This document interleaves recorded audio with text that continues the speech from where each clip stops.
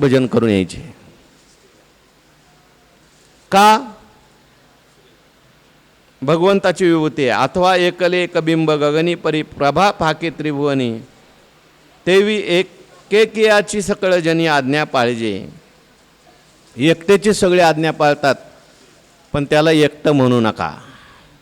ज्ञानोबाराय म्हणतात तया ते एकले झने म्हण ते निर्धन या भाषा नेन काय कामधेनू सवे सर्व सहान चालत असे. त्यांना तू कदाचित एकटं म्हणशील तसं म्हणू नकोस. निर्धन आहे असं समजू नको. जरी त्यांच्याजवळ साधनं प्रत्यक्ष दिसली नाही तरी ती त्यांच्या अंगभूत आहेत. कामधेनूबरोबर सर्व सामुग्री चालत असते काय? अशा व्यक्तींना हे देवाची विभूती असतात आणि अशा व्यक्तींना असं एकटं समजू नये. तुम्ही एकटं हे कसं काय करणार? त्यांनी एकट्याने हे कसं काय केलं? एकटं म्हणायचंच नाही त्यांना. तया ते एकले झने म्हणशील म्हणू नकोस. तो निर्धन या भाषा नेन त्यांना तू निर्धन समजू नको. तुकाराम महाराज दिसतात आपल्याला आम्ही सदैव सोडके. निर्धन होते का? ते गुरुवरे सांगत असतात शिवाजी महाराजांनी सोन्याच्या मोहरा पाठवल्या. तुकाराम महाराजांनी त्या परत पाठवल्या. काय म्हणले? काय दिला ठेवा आम्हा विठ्ठलची व्हावा. तुमचे येर वित्त धन. आणि आमचे गुरुवरे सांगत असतात तुकाराम महाराजांनी सांगितलं तुम्हाला असं वाटतंय का आमच्याकडे आम्ही गरीब आहे? आम्ही गरीब नाही, आम्ही श्रीमंत आहेत असं म्हणून तू बघा म्हणे भंडारा डोंगर. तर भंडारा डोंगर सोन्याचा करून दाखवला तुकाराम महाराज. म्हणजे तुकाराम महाराजांची दृष्टी पडली तर भंडारा डोंगर सोन्याचा झाला. त्यांना घरी सोनं करायला काय कमी आहे का? म्हणून तया ते झने एकले म्हण त्यांना एकलं म्हणायचं नाही. तो निर्धन या भाषाने त्यांना निर्धन म्हणायचं नाही. जरी त्यांनी आता ही लीला केलेली आहे. ज्ञानोबारायांनी मधुकरी आणली, लोकांनी त्रास दिला. ही काय आहे? त्यांची लीला आहे. धरुणी सगुण रूपे केली बाळ क्रीडा.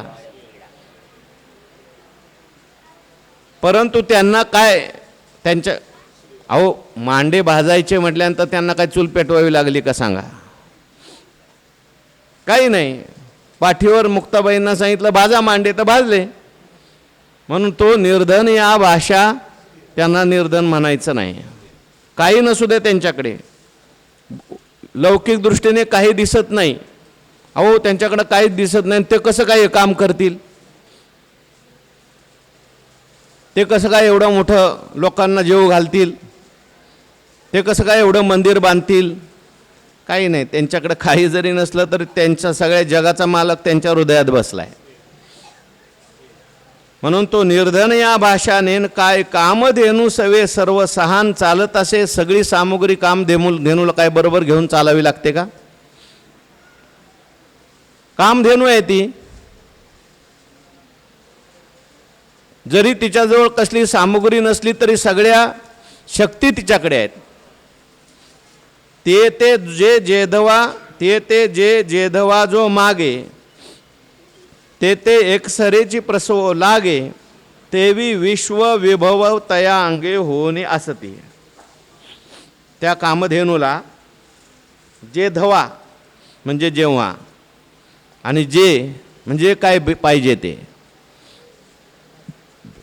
जो मागे ते एक सरेची प्रसव लागे. एकदम त्या ठिकाणी प्रसव लागते. आपल्या गाईला दूध देते गाई, पण ती कधी देते का? तिची ठराविक वेळ आहे त्यावेळेस देते. पण कामधेनूजवळ तुम्ही गेले आणि कधीही म्हणजे आंब्याचा सीझन नसताना तुम्ही म्हटले मला हापूसचे आंबे खायचे, फक्त कामधेनू पाहिजे बरं का ती. मग तिला काय झाड लावावं लागेल का? आंब्याचं पाणी घालावं लागेल का?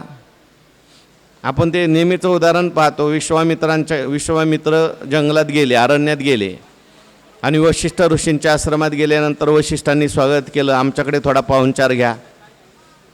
ते म्हटले आता आमच्यासारख्या राजांचा तुमच्यासारखे ऋषी काय पाहुणचार करणार आहेत? बरं मी एकटा आहे का? माझ्यावर 10,000 लोक आहेत. काय भाजी भाकरी काय, थोडं जेवढं शक्य होईल तेवढं आम्ही करू पाहुणचार, थोडा वेळ थांबा. संध्याकाळची वेळ, अचानक 10,000 लोक आलेत आणि वशिष्ठांनी पाहुणचार करताना भव्य मंडप, सोन्याची ताटं, पंचपक्वान्न लगेच. आता तिथं समजा गुलाबजामुन तयार करायचे, काय खवा आणावं लागणार आहे का? पाक करावा लागणार? काही नाही. जे दवा जे काय पाहिजे ते आणि कधी घ्या, आणि सामुग्रीची गरज नाही. गुलाबजामुन म्हटलं की एकदम गुलाबजामुनच येणार, पंचपक्वान्न म्हटलं की पंचपक्वान्नच येणार. ते करत बसायची तिला गरज नाही. का? ती सामर्थ्य आहे. किरीटी कामधेनूचा पाडा, वरी कल्पतरूचा आहे मांदोडा, मनोनी मनोरट सिद्धीच्या चाडा नवल नव्हे. आता हे कामधेनू कोणाला म्हटलं इथं? काय माहिती कोणाला म्हटलंय? संतांना म्हटलंय. हे विभूती जे आहेत ना त्यांना कामधेनू म्हटलेलं आहे.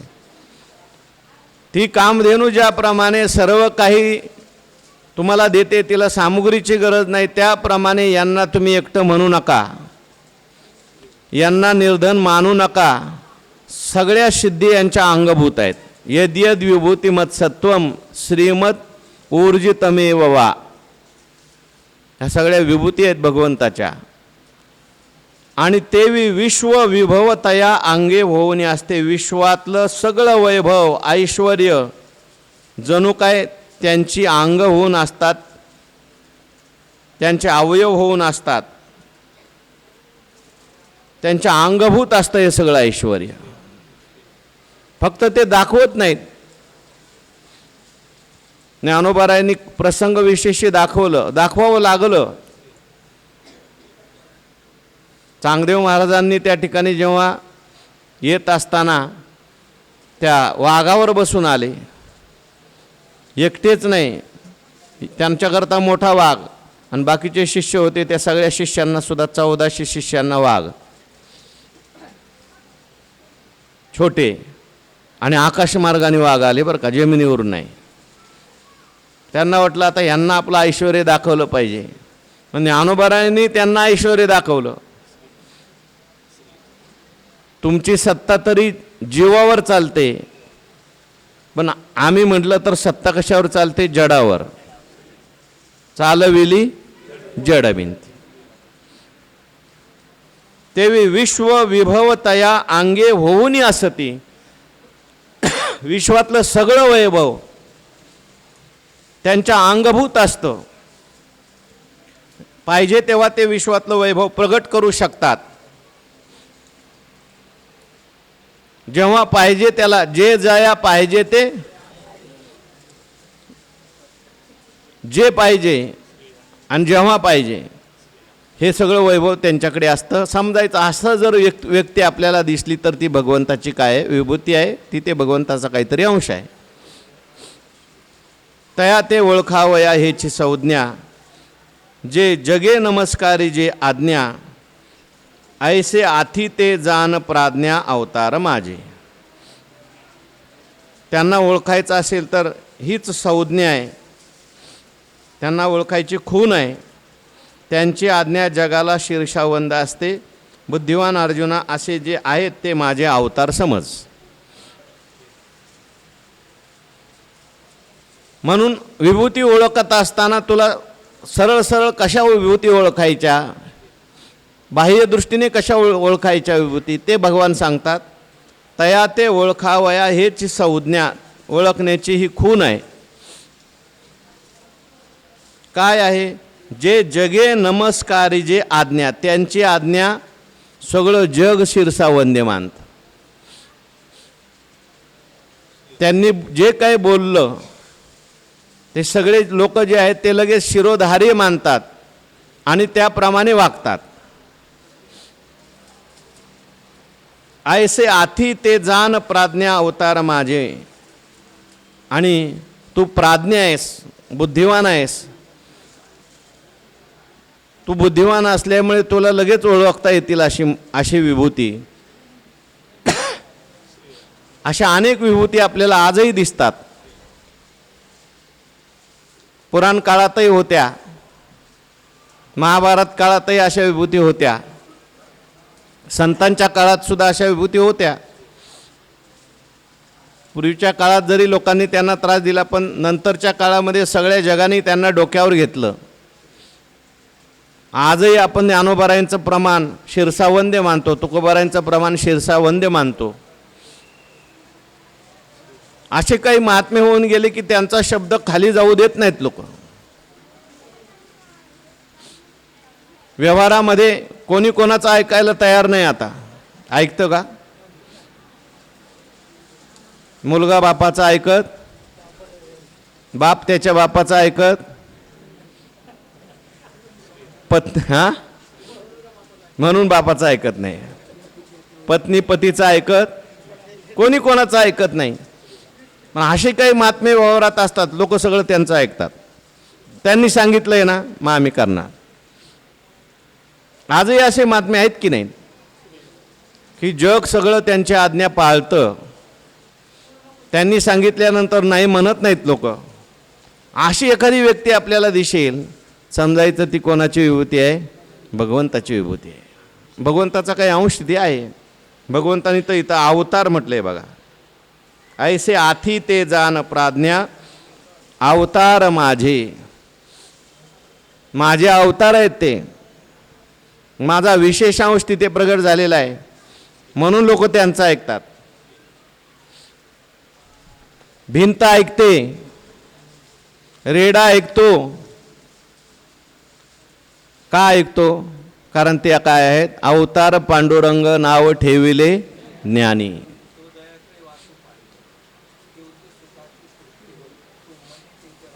महाबोधो. बर, लोकांनी ऐकलं अशी होई पाहिजे. लोक त्यांचं ऐकतात. सांगा ज्ञानेश्वरीत कुठं आले असले तर.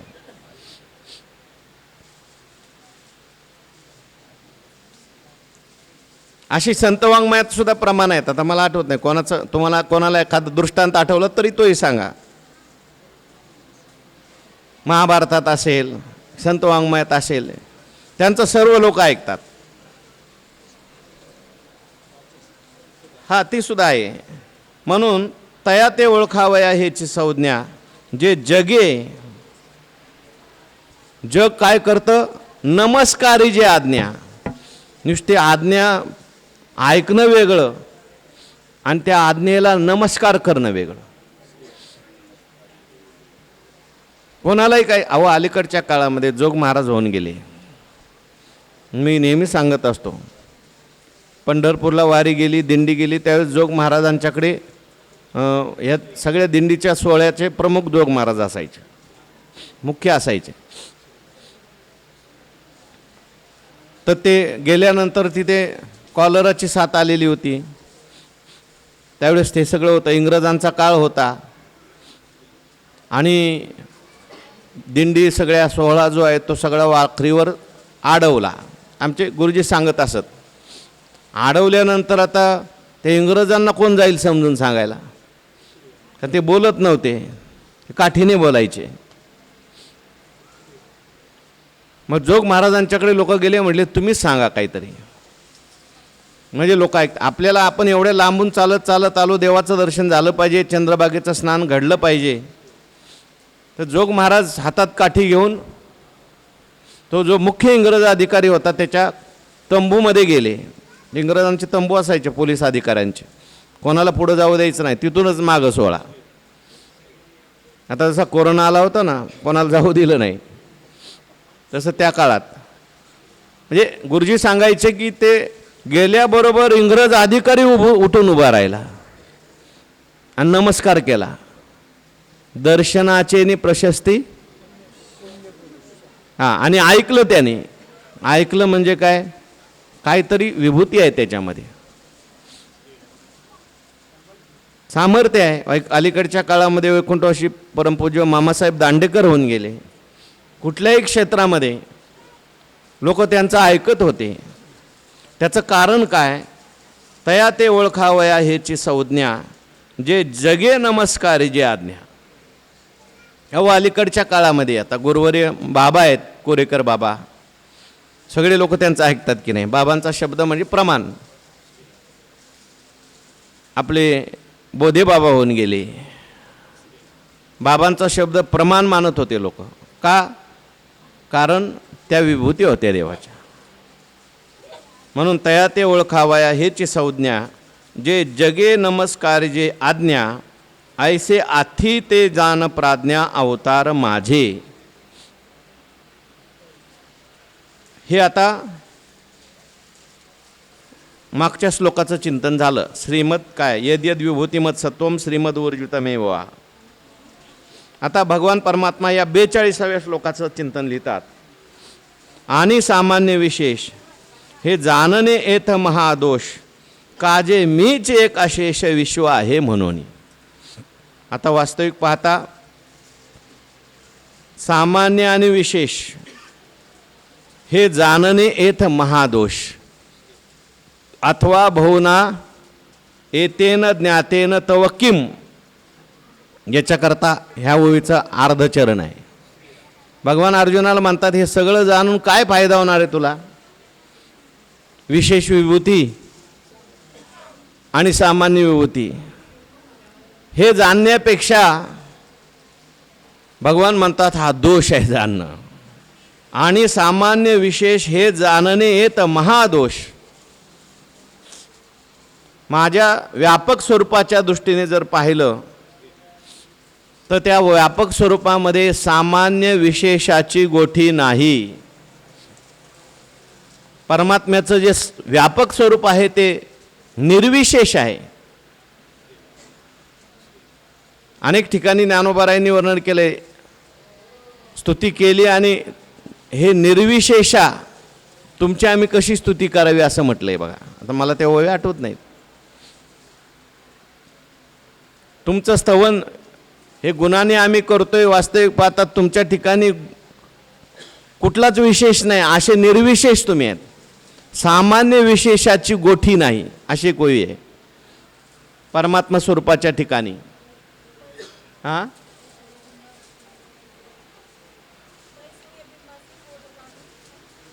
पै सूर्यबिंबासी पोट पाठी पाहता, इथंच आहे ना, पुढंच आहे मला वाटतं. हां, पुढेच होय. पै सूर्यबिंबाशी पोट पाठी पाहता नाशील आपली देते, ते माझ्या स्वरूपी गोटी सामान्य विशेषाची नाही. हां, विशेषणे विशेषिजे, ते दृश्य नवे रूप तुझे, ते जाणे म्हणून लाजे वानना ई. मी तुमचं वर्णन करायला लागलो, पण वर्णन करताना माझ्या लक्षात आलं काय काय लक्षात आलं? दृश्य नवे रूप तुझे. सुरुवात काय? जी विशेषणे विशेषिजे, ते दृश्य नवे रूप तुझे. विशेषण लावलं, विशेष केलं की ते दृश्य झालं. आणि दृश्य जे असतं ते नष्ट होणार असतं. आणि तुझं रूप हे दृश्य आहे का दृश्य न होणार आहे? दृश्य न होणार आहे. दृश्य न होणार आहे का कधीच अदृश्य होत नाही असं आहे? कधी अदृश्य होत नाही पण कधी दृश्य होत नाही. घटासारखं दृश्य होत नाही आणि त्या शशशृंगासारखं कधी अदृश्य होत नाही, कारण ते नित्य अपरोक्ष आहे. परमात्मा जो आहे घटासारखा दृश्य नाही, परंतु त्याचा अत्यंत अभाव आहे का? मग नित्य भावरूप आहे. त्या परमात्म्याच्या प्रकाशाने, परमात्म्याच्या अनुभवाने जगाचा अनुभव येतो.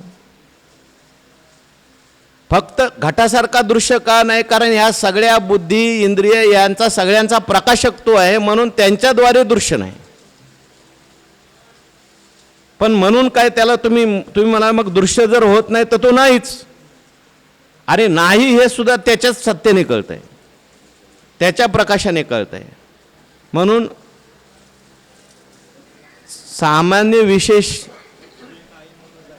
नाही मनो जाणीजे ते विश्वाकारे देखीजे, विश्वचे हे म्हणजे तरी हे माया. सामान्य विशेष हे जाणणे येथ महादोष. देवाच्या शुद्ध स्वरूपाला सामान्य विशेष म्हणणं थोडा दोष आहे बरं का, महादोष म्हटलंय. कारण निर्विशेष असलेलं जे आहे, जिथे कुठलाच विशेष नाही असं जे स्वरूप आहे, त्या स्वरूपाला नाही हे चांगलं आहे आणि हे वाईट आहे, ही विभूती चांगली आणि थोडीशी कनिष्ठ आहे असं नाही. सगळ्याच विभूती देवाच्या आहेत. ठीक आहे, व्यवहाराकरता ध्यानाकरता हा सामान्य विशेष भाव ठेवावा लागतो. त्याशिवाय मग पूजा कशी होईल? दगडातही देव आहे आणि देवात देव आहे, पायरीतही देव आहे आणि दगडातही देवच आहे. दगडात पायरी दगडाचीच आहे आणि देवही दगडाचाच आहे. दोनाला एकसारखं म्हणून चालेल का? तुकाराम महाराज म्हणतात. हां, विशेष आहे ना, पण व्यवहाराच्या दृष्टीने, औपाधिक दृष्टीने. पण आता शुद्ध स्वरूपाचा विचार सुरू झाला. भगवान म्हणतात निर्विशेष माझं स्वरूप आहे. त्या ठिकाणी सामान्य विशेषाची गोठी नाही आणि सामान्य विशेष हे जाणणे येतं महादोष. का? जे मीची एक अशेष विश्व आहे म्हणून. का दोष का म्हटलं तुम्ही? सामान्य विशेषात दोष का म्हटलं? कारण मीच एक अशेष विश्व आहे म्हणून. सगळं विश्व मीच आहे. मग त्या विश्वामध्ये इथंच देव आहे आणि तिथंच देव नाही, त्याच्यातच देव आहे असं म्हणणं माझी स्तुती आहे का निंदा आहे? आहे की नाही? म्हणून सगळीकडेच मी आहे. मग हे कशाकरता सांगितलं एवढं पुराण? हळूहळू तिथे घेऊन जायचं आहे म्हणून सांगितलं.